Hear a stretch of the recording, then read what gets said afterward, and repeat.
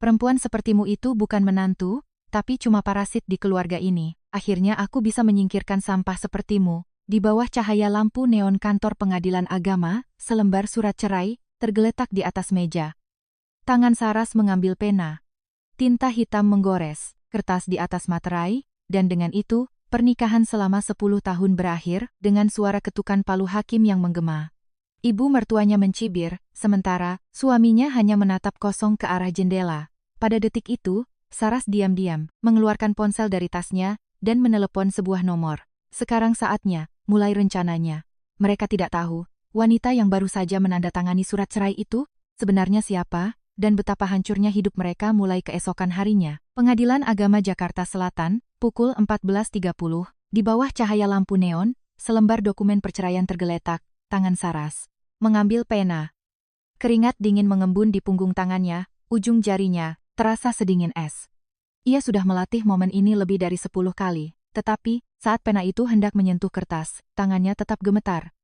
Selesai, tinta hitam telah membubuhkan tanda tangan. Petugas memverifikasi dokumen dan menyerahkan tanda terima. Suaminya, Bima, bersandar di kursi dan hanya menatap langit-langit.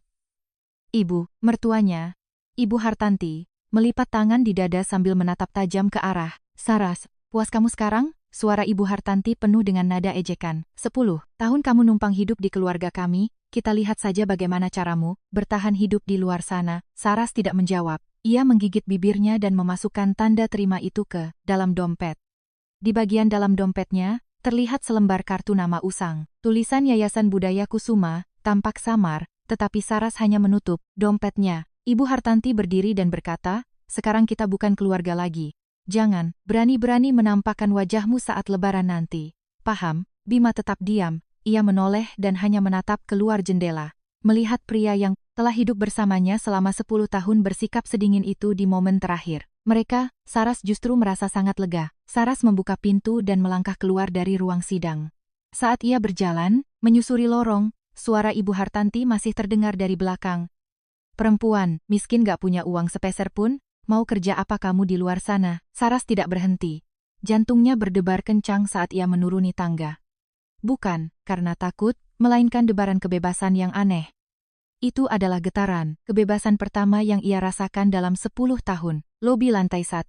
Saras mengeluarkan ponselnya. Ia memanggil nomor tanpa nama. Terdengar nada sambung pendek, lalu seseorang mengangkatnya. Sekarang saatnya, mulai rencananya. Suara Saras rendah dan tenang. Bukan suara tertindas yang ia gunakan selama 10 tahun, melainkan suara aslinya.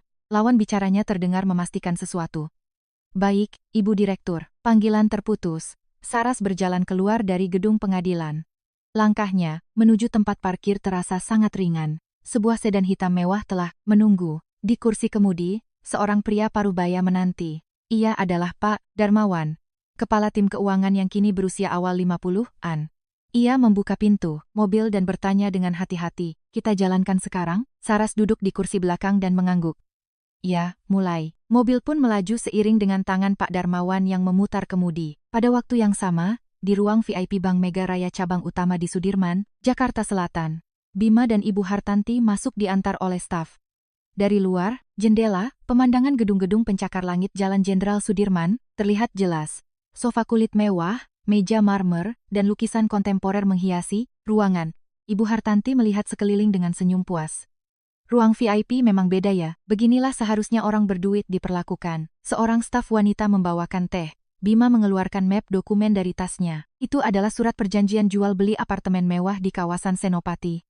Ia harus mentransfer pelunasan sebesar 5 miliar hari ini juga. Petugas bank masuk. Seorang pria pertengahan 40-an dengan setelan jas rapi. Ia menyapa dengan sopan dan duduk. Ibu Hartanti menyerahkan buku tabungannya. Tolong transfer 5 miliar dari rekening ini ke nomor rekening yang ada di map ini. Hari ini juga. Petugas itu duduk di depan komputer dan mengetik. Tiba-tiba, ekspresinya menegang saat melihat layar. Tangannya berhenti. Ia mengetik ulang, namun hasilnya sama. Ia menatap mereka dan berkata, "Mohon tunggu sebentar, Bapak, Ibu. Saya akan mengecek sistem kami." Ibu Hartanti tampak tidak nyaman. "Ada masalah apa? Sepertinya ada gangguan sistem. Segera kami atasi." Namun, setelah 5 menit berlalu, situasi tidak berubah. Petugas itu menelepon ke nomor ekstensi dan berbicara singkat dengan seseorang. Wajahnya semakin muram. Ia kemudian berkata dengan sangat hati-hati, "Mohon maaf, Ibu. Rekening ini saat ini dalam status dibekukan." Ibu Hartanti langsung berdiri. "Apa? Apa maksudnya? Ini rekening saya. Kenapa dibekukan?" "Rekening ini dialihkan sebagai objek dana perwalian, trust fund, sehingga tidak bisa digunakan selain oleh pemilik manfaat aslinya." Bima menyela. "Dana perwalian apa? Siapa yang menetapkannya dan kapan?" Petugas itu memutar layarnya agar mereka bisa melihat tanggal penetapannya. Tercatat 10 tahun yang lalu. Penerima manfaat dana perwalian ini terdaftar atas nama Ibu Saraswati. Wajah Ibu Hartanti pucat pasi. Tas mewahnya jatuh dari tangannya. Bima menatap layar itu dengan mata terbelalak. "Saras, perempuan itu, bagaimana bisa?" Petugas bank menambahkan, dana perwalian ini sah secara hukum. Untuk mencairkan atau membatalkannya, dibutuhkan persetujuan tertulis dari penerima manfaat. Ibu Hartanti berteriak histeris. "Itu uangku. Uang yang aku kelola selama 10 tahun." Pintu ruang VIP terbuka, kepala cabang bank masuk. Seorang pria akhir 50-an. "Kami mohon maaf atas ketidaknyamanannya, tapi ini sudah sesuai prosedur hukum. Transaksi rekening perwalian tidak bisa dilakukan tanpa persetujuan penerima manfaat." Bima segera mengambil ponselnya dan memutar nomor Saras. Hanya nada sambung yang terdengar. Tidak diangkat. Ia mencoba lagi, tetap tidak diangkat. Di jalan tol dalam kota, sedan hitam yang ditumpangi Saras melaju mulus. Ponselnya terus bergetar. Nama Bima muncul di layar. Saras menatap layar itu, sedetik, lalu mematikan daya ponselnya. "Pak Darmawan melapor. Kami baru saja menerima konfirmasi dari Bank Mega Raya. Pembekuan rekening selesai." Saras mengangguk dan bertanya, "Bagaimana dengan bank lain? Bank Nusantara, Bank Pertiwi, dan Bank Mandiri Global semuanya diproses serentak. Dalam 30 menit ke depan semuanya akan selesai." Saras memandang keluar jendela. Gedung-gedung Jakarta dan lampu-lampu jalanan tampak memantul di kaca mobil. Ekspresinya datar. Sama sekali tidak goyah. Mobil itu berhenti di depan gedung Yayasan Budaya Kusuma. Sebuah menara kaca 20 lantai. Saras turun dari mobil. Resepsionis di lobi menunduk hormat. "Selamat malam, Ibu Direktur." Saras membalas singkat. "Selamat malam." Ia naik lift menuju lantai 15. Wajah Saras yang terpantul di cermin lift tampak dingin dan tegar. Itu adalah ekspresi yang telah ia hilangkan selama 10 tahun. Pukul 21.00. Di ruang tamu rumah Ibu Hartanti, buku-buku tabungan berserakan. Bank Mega Raya, Bank Nusantara, Bank Pertiwi. Semuanya memberikan pesan yang sama. Rekening dana perwalian, transaksi dibatasi. Ibu Hartanti berteriak. "Selama 10 tahun uang yang aku kelola ternyata milik perempuan itu? Tidak masuk akal." Bima mencari tentang dana perwalian di internet. Informasi hukum bermunculan. Dana perwalian adalah sistem pengelolaan harta untuk tujuan tertentu. Jika penerima manfaat telah ditetapkan, pembatalan tidak mungkin dilakukan tanpa persetujuannya. Ibu Hartanti menelepon pengacaranya. "Pak pengacara, ada masalah darurat. Bisa kita bertemu besok pagi?" Panggilan ditutup. Ibu Hartanti menatap Bima. "Besok, Ibu akan menemui pengacara. Pasti ada cara untuk membatalkan perwalian ini." Bima menjawab lemas. "Baik, Bu." Ruang tamu itu hening. Hanya suara televisi yang menyala sendiri. Di ruang Direktur Yayasan Budaya Kusuma. Saras sedang menatap layar tabletnya. Total 7 bank, 12 rekening, semuanya telah dibekukan. Total dana, 200 miliar. Pak Darmawan memberikan laporan. Ibu Hartanti berencana mengunjungi firma hukum besok pagi. Sepertinya mereka menyiapkan gugatan pembatalan perwalian. Saras bertanya, seberapa besar kemungkinan mereka menang? Mendekati 0%. Saat perwalian dibuat, semua prosedur hukum dilakukan dengan sempurna. Sudah dinotariskan dan didaftarkan secara resmi. Saras memandang keluar jendela. Lampu-lampu Monas berkelap-kelip di kejauhan. Ia berucap pelan, "Aku sudah mempersiapkan ini selama 10 tahun. Ini baru permulaan." Jam menunjukkan pukul 23.00. Saras keluar dari kantornya. Lorong gedung gelap, hanya lampu darurat hijau yang menyala redup. Pukul 07.00 pagi, Saras membuka matanya di sebuah kamar kos kecil. Luasnya, bahkan tidak sampai 15 meter persegi. Hanya ada dapur kecil, meja kerja, dan kasur. Ia bangun dan membuka jendela. Di luar, terlihat gang sempit perumahan, padat. 10 tahun yang lalu, saat ia meninggalkan tempat ini, ia penuh dengan harapan, tapi kini semuanya terasa asing. Saras duduk di depan laptop dan membukanya. Ia mengklik sebuah folder bernama Rekam Jejak. Segala hal selama 10 tahun tersimpan rapi di sana. 10 tahun lalu, di hari pernikahannya, Saras yang mengenakan kebaya putih, elegan baru berusia 29 tahun. Bima menggenggam tangannya sambil tersenyum. Keluarga pihak suami bertepuk tangan. Ibu Hartanti datang dan menggenggam erat tangan Saras. Sekarang kamu putri ibu. Tolong jaga Bima ya. Saras merasa sangat bahagia. Jantungnya berdebar penuh harap untuk membangun keluarga dengan pria yang dicintainya. 3 bulan setelah menikah, perusahaan Bima mengalami krisis keuangan. Itu adalah perusahaan ekspor-impor kecil. Dan ketika klien utama mereka gagal bayar, dampaknya merambat ke perusahaan Bima. Bima pulang ke rumah dengan kepala tertunduk. Maafkan aku, perusahaanku sedang krisis. Saras menyodorkan buku tabungannya. Pakai ini. Ini uang tabunganku. Itu adalah uang rupiah 500 juta yang ia kumpulkan sendiri. Bima berterima kasih. Saat itulah Ibu Hartanti ikut campur. Menantuku, terima kasih banyak. Tapi begini, katanya kalau dibalik nama atas nama keluarga mertua, kita bisa dapat keringanan pajak untuk usahanya.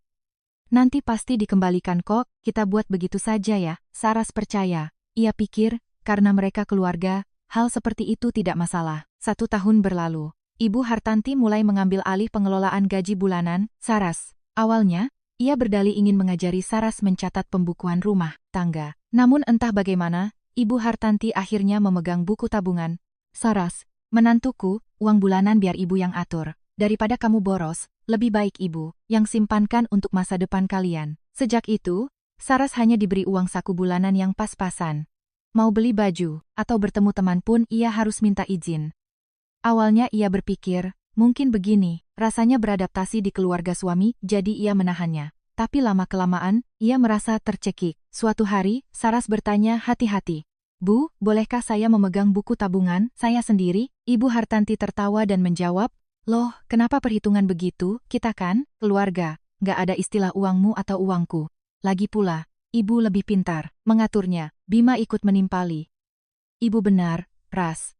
Ibu kan sangat pintar atur keuangan. Saras tidak bisa berdebat lagi. Tahun ketiga, saat acara kumpul keluarga di hari Lebaran, paman, bibi, dan sepupu Bima berkumpul di ruang tamu. Total ada lebih dari 10 orang.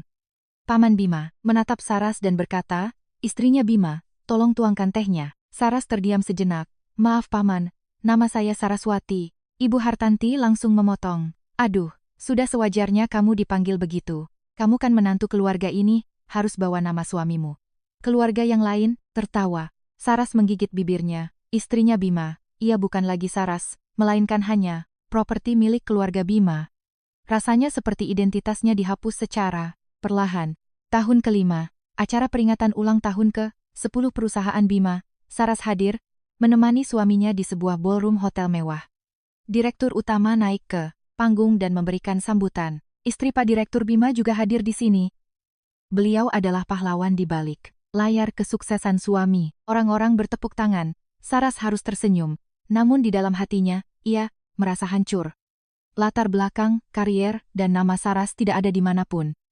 Ia hanya dipanggil sebagai istri Pak Direktur. Istri rekan kerja suaminya menghampiri.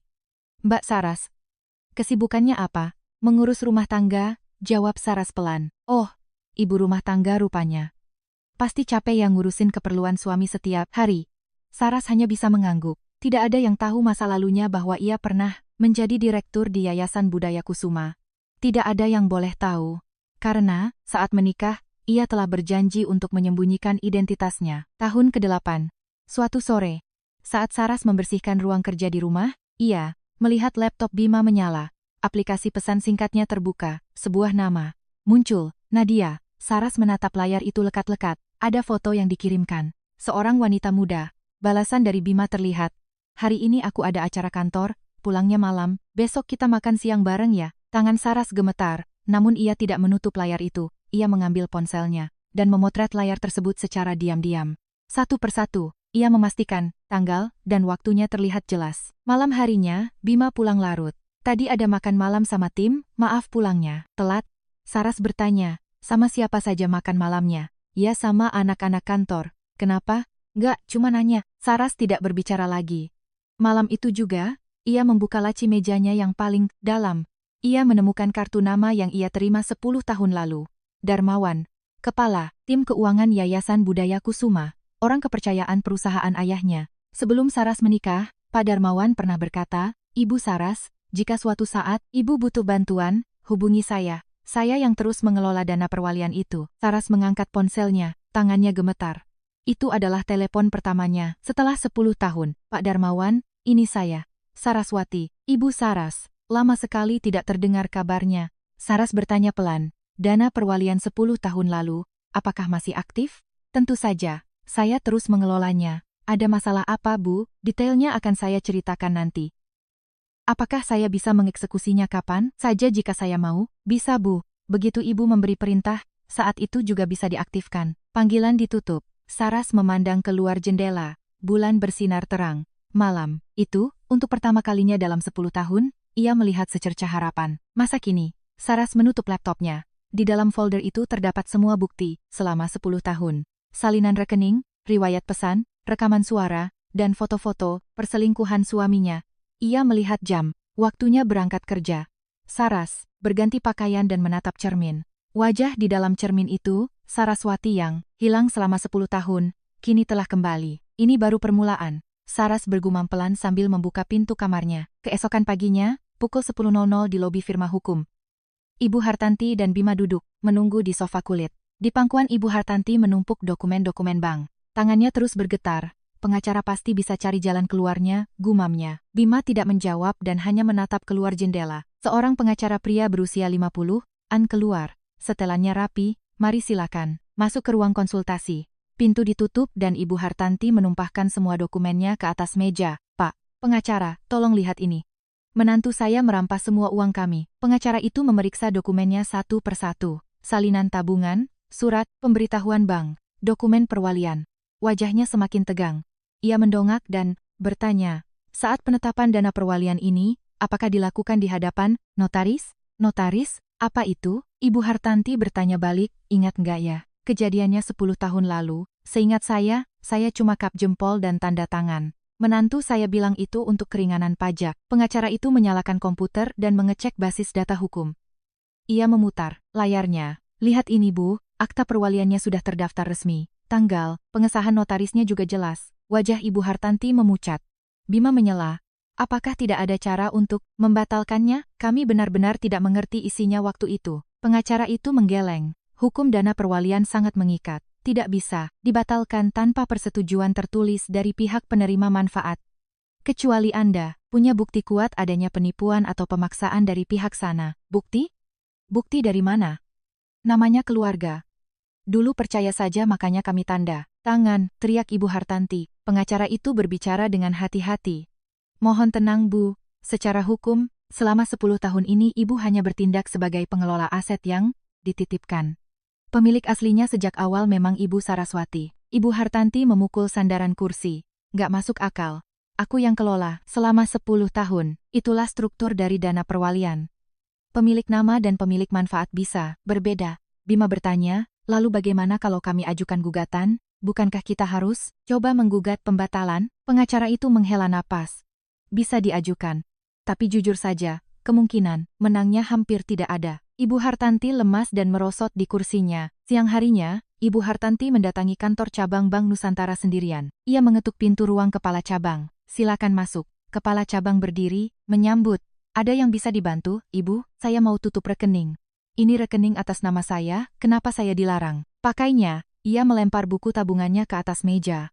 Kepala cabang mengecek komputernya. Wajahnya menjadi serba salah. Mohon maaf.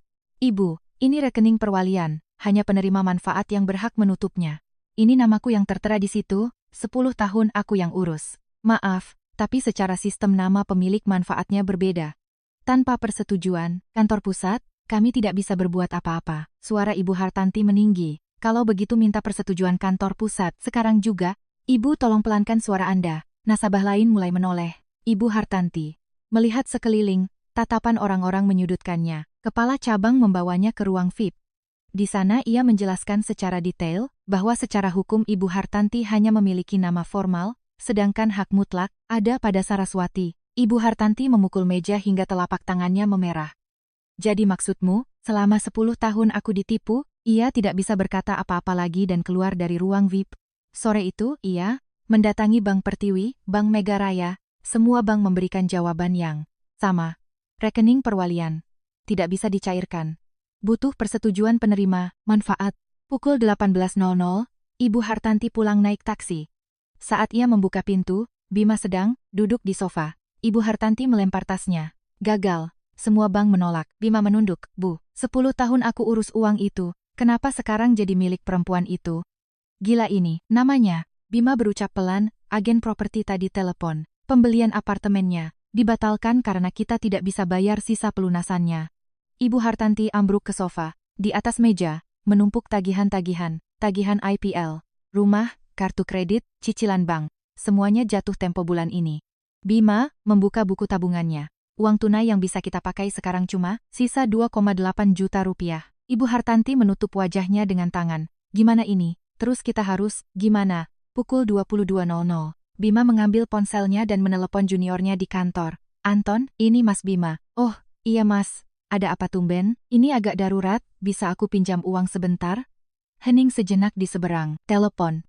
Waduh Mas, aku juga lagi pas-pasan banget. Buat bayar uang pangkal sekolah anak, sama cicilan KPR. Nggak banyak kok, 10 juta aja. Maaf banget Mas, beneran lagi kosong. Oh, ya sudah. Bima mematikan telepon. Ia mencari nomor lain. Teman kuliahnya, tidak diangkat. Ia mencoba nomor lain lagi. Diangkat. Halo, Rio, ini Bima. Wah, tumben amat bro, gini, belum sempat Bima bicara, temannya sudah memotong. Lagi butuh duit ya, makanya nelpon. Suara Bima tercekat. Ah, sorry banget. Bro, aku lagi sibuk nih, nanti aja ya ngobrolnya. Sambungan diputus, Bima meletakkan ponselnya. Tangannya gemetar. Jam di dinding menunjukkan, pukul 23.00. Ibu Hartanti keluar dari kamar. Kamu nelpon siapa? Junior-juniormu? Katanya dulu mereka janji mau bantu kalau ada apa-apa. Bima menggelengkan kepala. Ibu Hartanti duduk lemas. Keduanya membisu.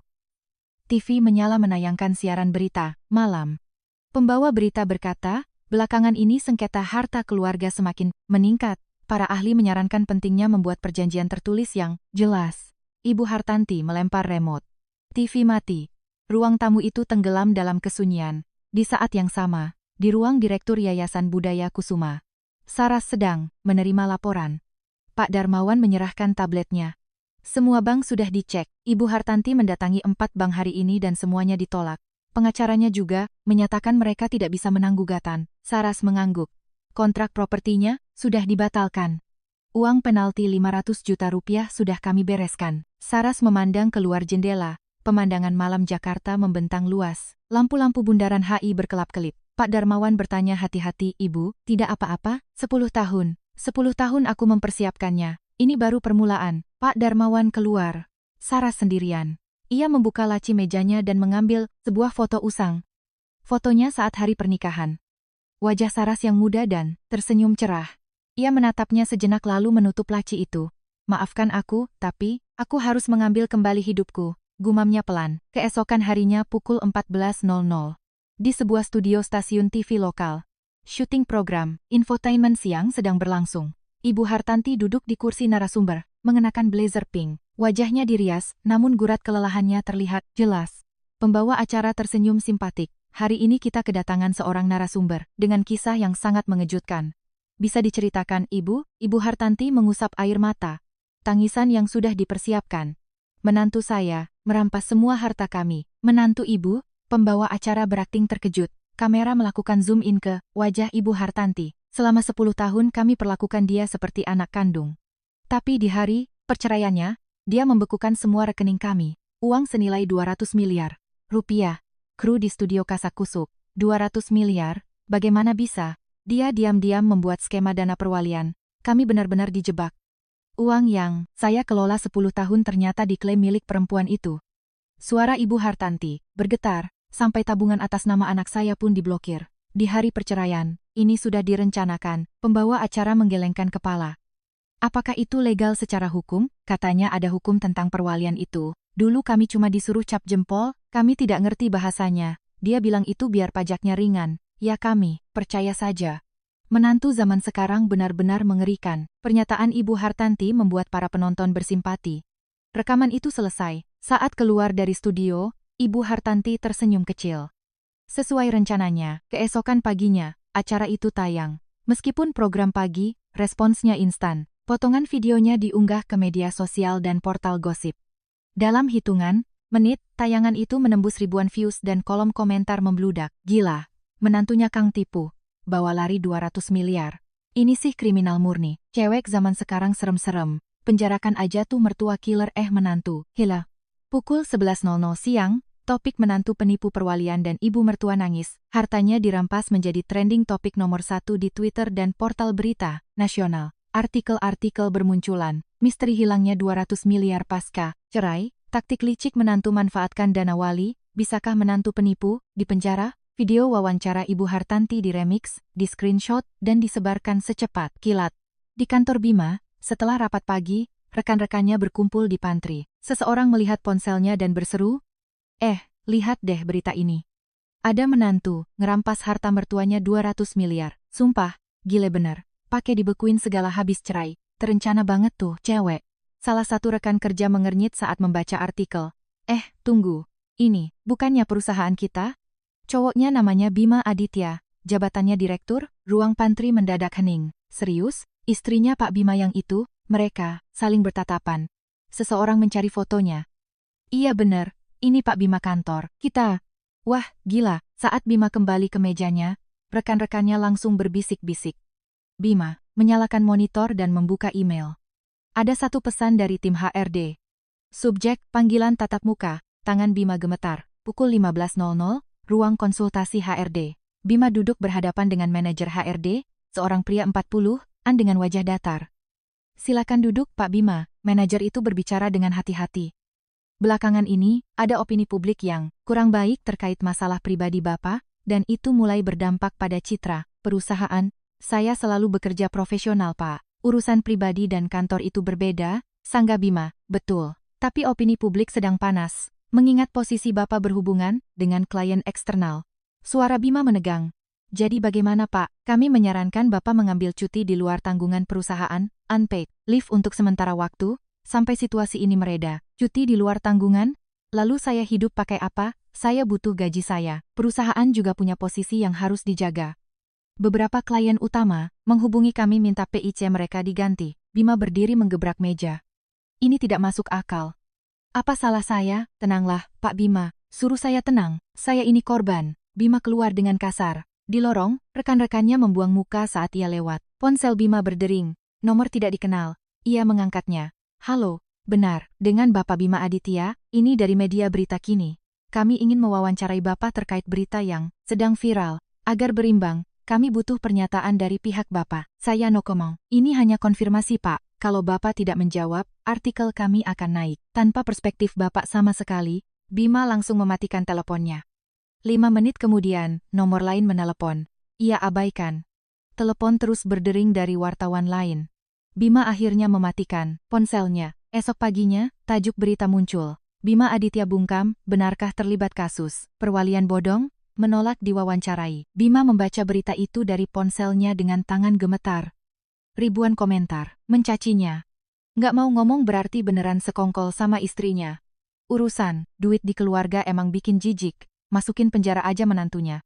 Bima melempar ponselnya hingga layarnya retak. Di Yayasan Budaya Kusuma, Saras sedang membaca berita-berita tersebut dari komputernya. Ekspresinya datar. Pak Darmawan bertanya pelan, Ibu Direktur, apakah kita perlu merilis klarifikasi? Opini publik sangat buruk. Saras menggeleng.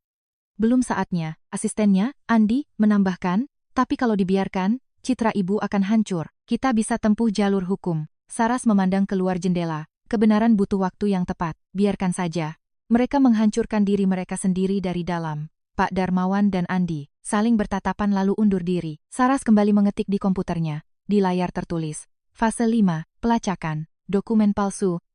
Saras tersenyum kecil. Tunggu sebentar lagi. Kebenaran akan segera terungkap. Malam itu di rumah Ibu Hartanti. TV menyiarkan berita tentang kasus perwalian tersebut. Ibu Hartanti tersenyum puas. Bagus kan? Publik ada di pihak kita. Habis sudah riwayat perempuan itu, Bima tidak menjawab. Ia duduk di sofa menatap langit-langit. Kamu tenang saja, Bima. Ibu yakin bentar lagi masalah ini selesai. Tapi wajah Bima justru semakin gelap. Hujan gerimis mulai turun di luar jendela. 3 hari kemudian. Pukul 23.00, di sebuah kafe remang-remang di kawasan Blok M, lampu neon di luar berkedip-kedip. Bima duduk di pojok, terus-menerus menengok ke sekitar dengan tangan berkeringat. Seorang pria 40-an masuk mengenakan jaket kulit dan kacamata hitam yang tak dilepas meski di dalam ruangan. Pria itu duduk di depan Bima. "Pak Bima, iya." Suara Bima bergetar. "Pekerjaan yang Bapak sebut di telepon bisa saya kerjakan." Bima melirik ke arah kasir yang sedang mengantuk. "Biayanya berapa?" 50 juta rupiah. 50 juta? Uang muka 25 juta. Sisanya setelah selesai. Bima ragu, nominal yang sangat besar untuknya saat ini. "Saya cuma bawa cash 25 juta sekarang." Pria itu mengangguk. "Mari kita mulai, sisanya nanti." Bima mengeluarkan amplop tebal berisi uang yang dikumpulkan ibunya susah payah beberapa hari terakhir. Pria itu menghitungnya dan memasukkannya ke saku dalam jaketnya. Ada contoh tanda tangannya. Bima mengeluarkan map berisi dokumen lama istrinya, tagihan kartu kredit, catatan, surat cinta. Pria itu memeriksanya. "Cukup.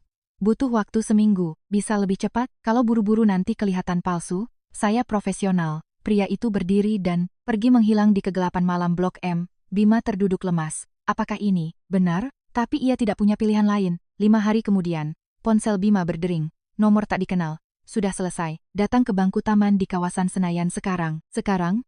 "Dalam waktu 1 jam." Panggilan ditutup. Bima mengambil jaketnya. "Bu, aku keluar sebentar cari angin." Ibu Hartanti tidak banyak tanya. Pukul 21.00 di Taman Senayan. Pria itu menyerahkan map. Bima membukanya. Di situ terdapat surat pernyataan pencabutan dana perwalian. Tanda tangan Saraswati, tertoreh sempurna, sangat mirip aslinya. Ini kelihatan asli banget. "Tentu saja, sisanya yang 25 juta tolong disiapkan. Nanti ya, setelah berhasil." Pria itu mendengus dan berlalu pergi. Bima memeluk map itu. Jantungnya berdebar, ia merasa harapannya kembali. Keesokan paginya di kantor pusat Bank Megaraya, Bima memberikan dokumen itu ke teller. "Ini surat pembatalan perwaliannya. Tolong diproses." Teller menerimanya dan mengecek di sistem. "Ini harus dikirim ke kantor pusat." "Haki, butuh waktu beberapa hari." "Berapa lama?" "Sekitar 3 hari kerja." Bima mengangguk, "Tolong dicepatkan. Saya butuh segera." Bima keluar dari bank dengan langkah ringan.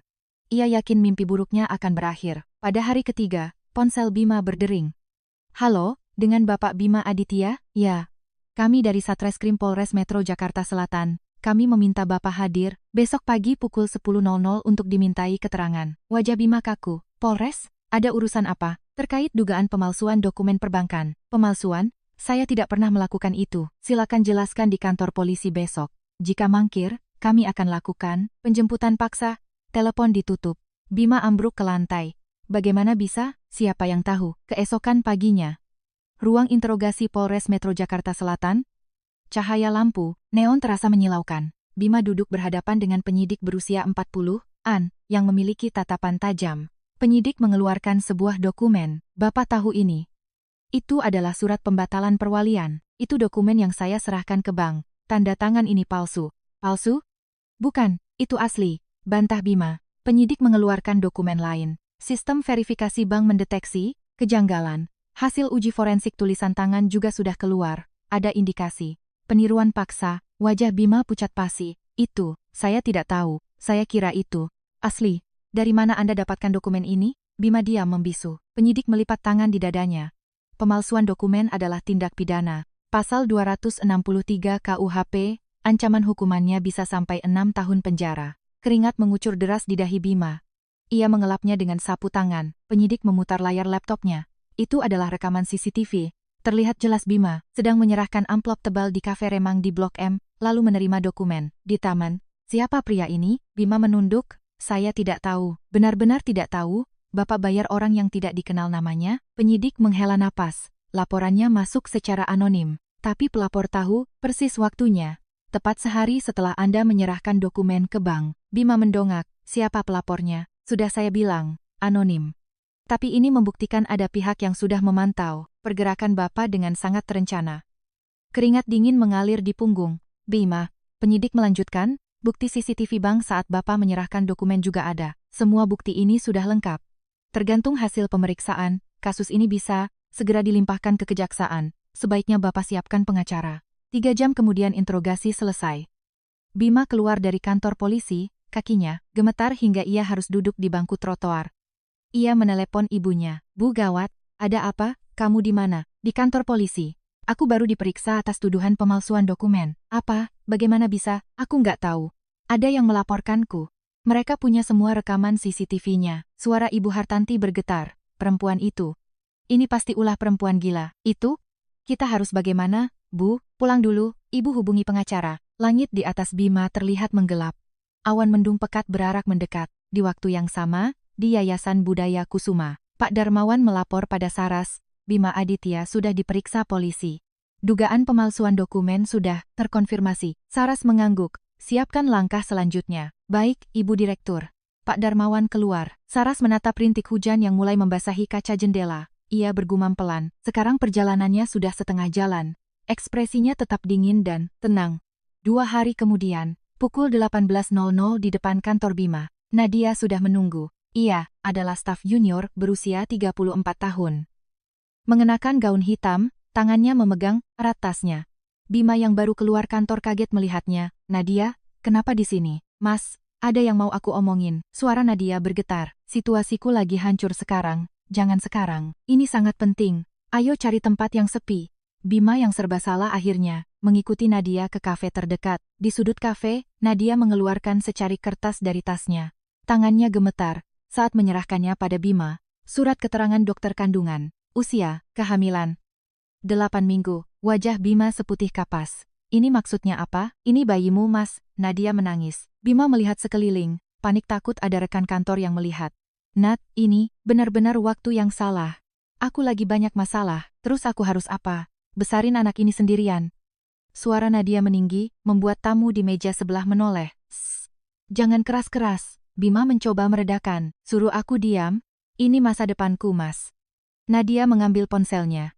Kalau begitu aku harus lapor ke ibumu. Jangan.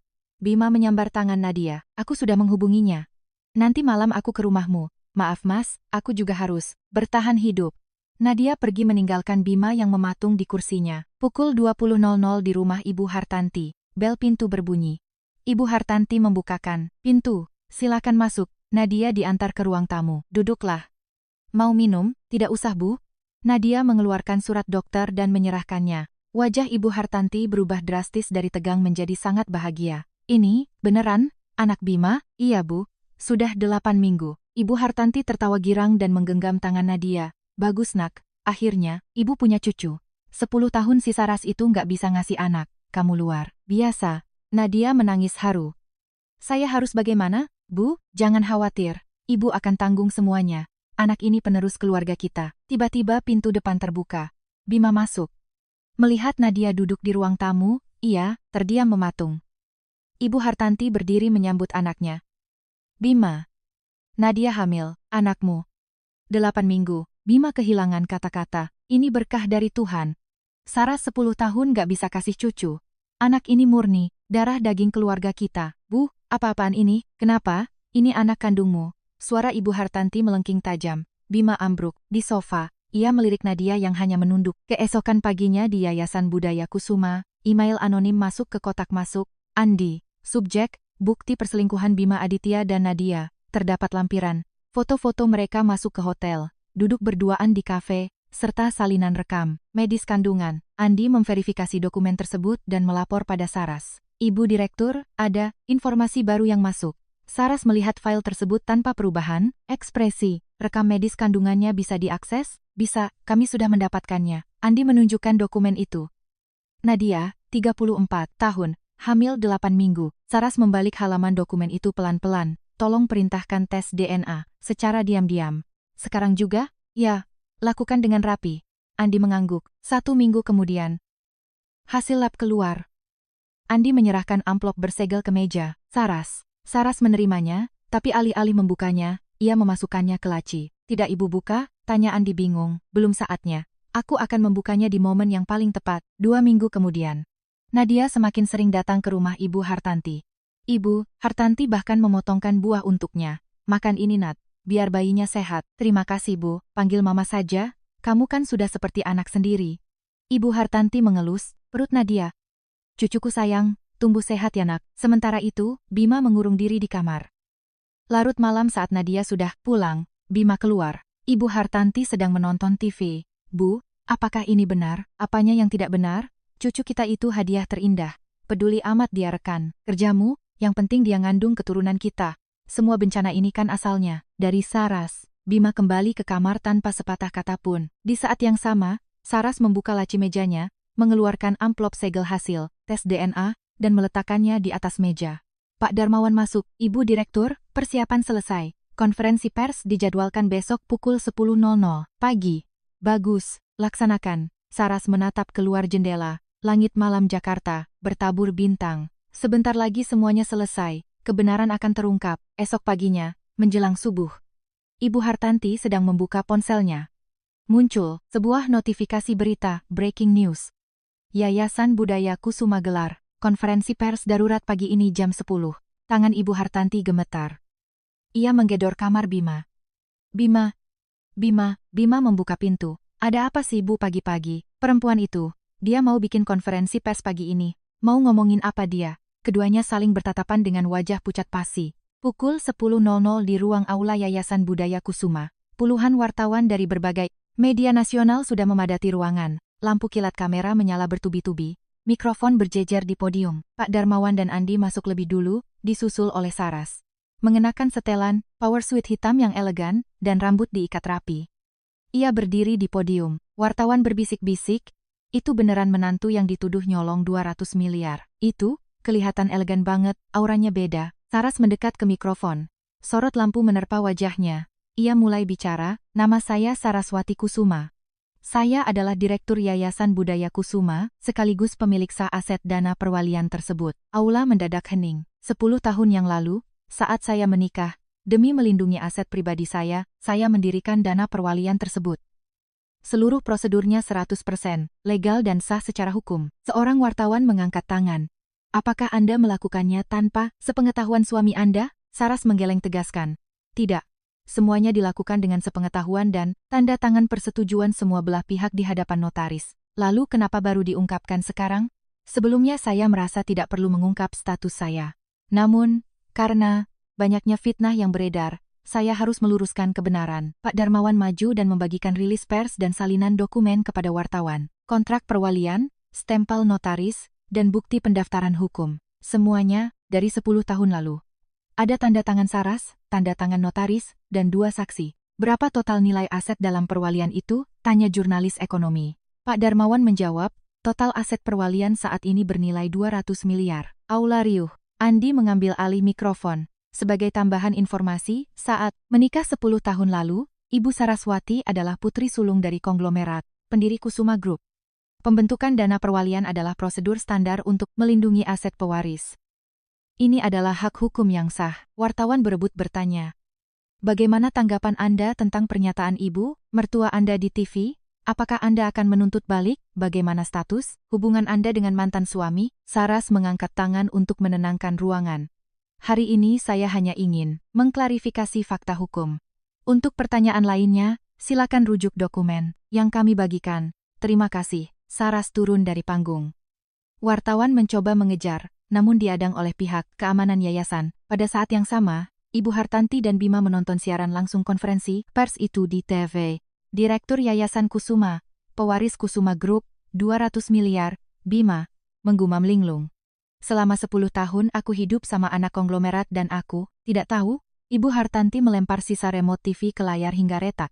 Dia mempermainkan kita. Selama 10 tahun kita dibodohi. Bel rumah berbunyi. Bima membuka pintu. Nadia berdiri di sana sambil menangis, terseduh-seduh. Mas Bima, aku baru saja nonton berita. Bima menyuruhnya masuk. Bertiga mereka duduk di ruang tamu dalam keheningan total. Di kantor Bima, situasinya tak kalah heboh. Rekan-rekan kerjanya melongo di depan TV pantry. Gila. Istrinya Pak Bima anak konglomerat Kusuma Group, total. Aset pribadinya 200 miliar. Tapi kan mereka udah cerai. Bego banget Pak Bima, ngelepasin istri Sultan kayak gitu. Mereka menatap meja kerja Bima yang kosong, sambil menggeleng. Pukul 14.00, pengacara Ibu Hartanti menelepon. Ibu Hartanti, Anda sudah lihat berita? Sudah. Terus kenapa? Saya sarankan Ibu mencabut gugatan perdatanya. Jujur saja, tidak mungkin kita bisa menang melawannya. Prosedur perwalian mereka mutlak tanpa celah hukum, sedikit pun. Saya tidak mau menyerah. Ibu cuma akan membuang-buang uang untuk biaya sidang. Ditambah lagi, pihak sana bisa menuntut ibu atas pencemaran nama baik berdasarkan wawancara ibu di stasiun TV itu. Ibu Hartanti kehilangan suaranya. Sambungan terputus. Malamnya, Saras kembali ke apartemen studionya yang sempit. Ia membuka jendela, membiarkan angin malam masuk. Ia mendongak menatap langit, sebuah senyuman tulus mengembang di bibirnya. Ayah, apa ayah lihat? Saras sudah melindungi yayasan kita. Matanya berkaca-kaca tapi ia menahannya. Sebentar lagi, sedikit lagi ini, semua akan berakhir. Keesokan paginya, topik di media sosial berbalik 180 derajat. Buset, ibu, mertuanya playing victim ternyata. Maling teriak maling, keren banget si istri. Quiet billionaire selama 10 tahun. Suaminya yang bodoh, harta karun di depan. Mata malah disia-siakan. Ibu Hartanti membaca komentar-komentar itu dengan tangan gemetar. Dunianya hancur. Di kantor yayasan, Saras membuka folder berikutnya. Fase 8. Membersihkan pengkhianat internal. Matanya memancarkan ketegasan. 3 hari kemudian, rapat darurat di ruang keamanan yayasan. Kepala keamanan membuka laptopnya. Ada kebocoran data internal, Bu Direktur. Dokumen perwalian, ibu dibocorkan ke pihak luar sekitar 3 bulan lalu, tepat seminggu sebelum mantan mertua ibu menyewa pengacara. Siapa pelakunya? Tanya Saras. Rekaman CCTV diputar. Terlihat seorang pria menyelinap ke ruang arsip pada pukul 23.00 malam, menyalin dokumen ke USB-nya. Pria itu adalah Reza Kusuma, adik kandung Saras yang berusia 32 tahun dan menjabat sebagai manajer perencanaan yayasan. Saras menggigit bibir. Panggil dia sekarang. Setengah jam kemudian, Reza masuk dengan wajah santai. Ada apa kak manggil? Reza, duduk. Suara Saras dingin baes. Saras memutar laptopnya ke arah Reza. Melihat wajahnya di rekaman CCTV, Reza, pucat pasi. Kak, ini salah paham. Salah paham apa? Bentak Saras. Kepala keamanan meletakkan USB bernama Reza di atas meja. Reza berkeringat dingin dan berlutut. Kak, maafin Reza. Ayah koma di rumah sakit. Reza pikir, Reza harus mengamankan yayasan ini, dan karena itu kamu menjual informasi rahasia kakakmu sendiri ke orang yang menawarkan uang? Saras menekan tombol dan menampilkan mutasi rekening Reza. Ada, transferan masuk 50 juta dengan nama pengirim dari pihak anonim bayaran ibu Hartanti. Mundur sekarang juga, perintah Saras, cabut akses masuknya. Kak, tolong kak. Reza memohon, tapi Saras meninggalkannya begitu saja. Pukul 22.00. Di ruang ICURS Pondok Indah, Jakarta Selatan. Pak Haryo Kusuma, 72 tahun, pendiri Kusuma Group, terbaring dengan ventilator. Tiba-tiba mesin EKG berbunyi nyaring. Dokter dan perawat berlarian masuk, melakukan CPR. Saras mendapat telepon dari rumah sakit dan bergegas ke sana dengan taksi. Dokter, bagaimana kondisi ayah saya? Dokter menggeleng pelan. Kami sudah menstabilkannya, tapi kondisinya sangat kritis. Anda harus bersiap untuk kemungkinan terburuk. Saras bersandar lemas di dinding lorong. Reza datang berlari dari ujung lorong. Kak.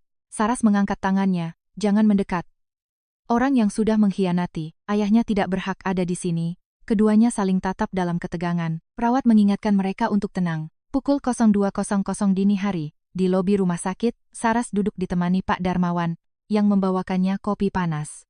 Seorang pengacara senior, notaris keluarga, datang mendekat membawa koper. Ibu Saras, ini adalah surat wasiat Bapak Haryo. Beliau berpesan jika terjadi kondisi darurat, surat ini harus dibuka. Reza ikut mendekat. Pengacara itu membuka segel dan membacakannya. Kepada pihak yang berhasil mempertahankan aset yayasan dari rongrongan pihak luar, kepadanya lah hak penuh atas Yayasan Budaya Kusuma diwariskan. Reza protes. Apa maksudnya ini? Saya anak laki-lakinya. Ini disahkan 2 tahun lalu secara hukum, jawab pengacara. Air mata Saras menetes melihat tulisan tangan ayahnya. Pagi harinya, berita kritisnya konglomerat Haryo Kusuma bocor ke media. Wartawan mencegat Saras di lobi. Ia mengabaikan mereka dan masuk ke dalam mobil. Di dalam mobil yang sunyi, Saras menangis melepaskan semua penatnya. Ayah. Saras janji akan menjaga semuanya. 2 minggu kemudian, sidang putusan perdata di Pengadilan Negeri Jakarta Selatan. Ruang sidang penuh sesak oleh jurnalis. Saras duduk di kursi tergugat bersama Andi. Di seberangnya, Ibu Hartanti dan Bima duduk di kursi penggugat. Hakim ketua memasuki ruangan. Tok tok tok. Sidang dimulai. Pengacara Ibu Hartanti berargumen, Yang Mulia, klien kami tidak mendapatkan penjelasan memadai saat menandatangani dokumen perwalian tersebut. Oleh karena itu, perwalian ini cacat hukum. Andi berdiri dengan sigap. Keberatan, Yang Mulia. Kami memiliki bukti akta, Notariil yang ditandatangani di hadapan pejabat pembuat akta tanah, PPAT, notaris resmi, lengkap dengan saksi.